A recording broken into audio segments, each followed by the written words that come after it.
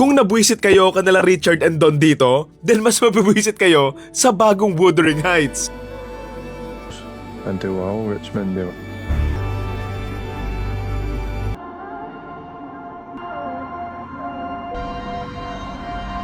Catherine. Heathcliff. Why did you leave me?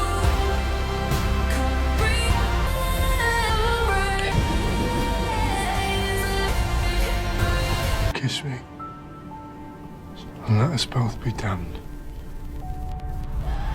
Tungkol ito sa dalawang taong nagmamahalan mula pa lang ng mga bata sila pero hindi nila sinasabi sa isa't isa. Ito sina Catherine and si Heathcliff pero dahil nga sa hirap, napilitang magpakasal sa ibang lalaki itong si Catherine.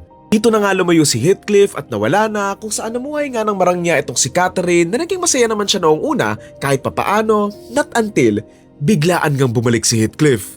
Mayaman na nga si Heathcliff at dahil mahal na nga rin nila ang isa't isa, dito magsisimula yung mga problema sa mga buhay nila. Magugulo nga yung pamilyang binuo nga ni Catherine kung saan itutuloy nga nila yung naudlot nilang relasyon, kung saan marami nga silang maapektuhang mga tao at may mga hindi nga sila magandang magagawa dahil nga sa pagmamahal nila sa isa't isa. Title ng movie, Wuthering Heights. Alam ko based to sa anime, di ba? Yung Wuthering with You. Honestly, akala ko nga, Victorian era to ng 50 Shades eh.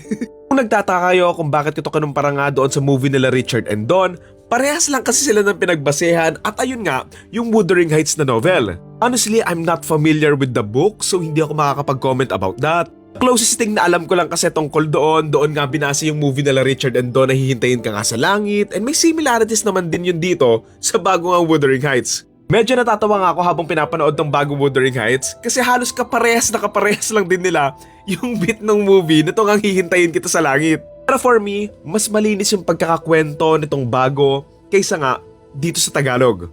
Yung mga kinabwisitan ko doon kanila doon, medyo nalinis naman nila dito pero still, nakakabwisit pa din sila sa ibang paraan naman din. Okay, ngayon naman pag-usapan nga natin yung story. It's a tragic love story. Although, it's not the love story that most people would expect it to be, lalo na kung wala kang idea sa kwento nito. It's a story about love, obsession, social class, and many more, but more on the obsession part in being destructive and awful people, not just to them, but to the people around them. For me, ang pinakakawawa sa story nito sila Edgar and Isabella eh. Kasi alam mo yun, nadamay lang sila sa gulo nila Cathy eh.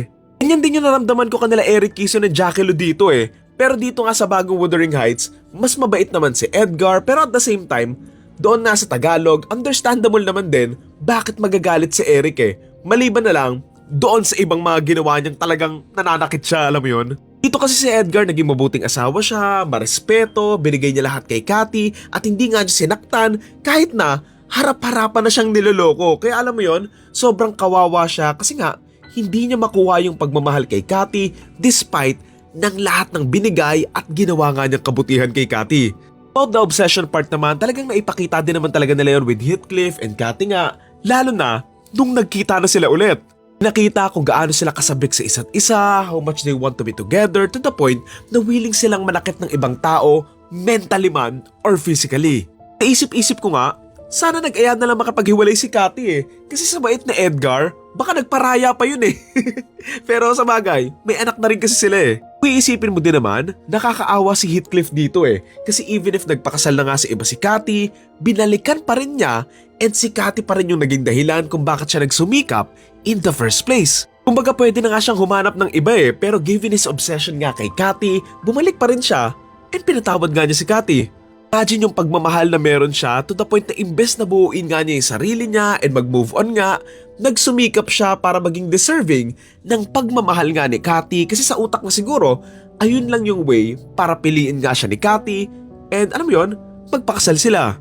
Totoo lang, kasalanan talaga nilang dalawa to eh. Kasi kung umamin lang talaga sila sa isa't isa dati pa lang and tinanggap na nga lang nila magiging mahirap sila, edi sana hindi na nangyari lahat ng gulong to. Yun din pala, siguro what I didn't like about the story is yung wasted potential nga nung ilang mga side characters na nag-a-appear lang sila to spill some lines or something and wala na silang ibang naging purpose sa story. Sobrang fast-paced and quick lang din talaga ng kwento na ang bilis nga ng mga pangyayari na parang, ayan, okay na yan. Gets mo na, di ba? Move forward na tayo. Fair though, gets mo din naman talaga, pero if hahanapan mo lang talaga siya ng mas malalim na connection and details nga, doon na nga magkukulang. Mas na-expand lang yung iba pa nga nangyari doon sa story para lang hindi naging lackluster nga yung ending, even though nakakalungkot pa rin naman, pero parang, ayun na yun.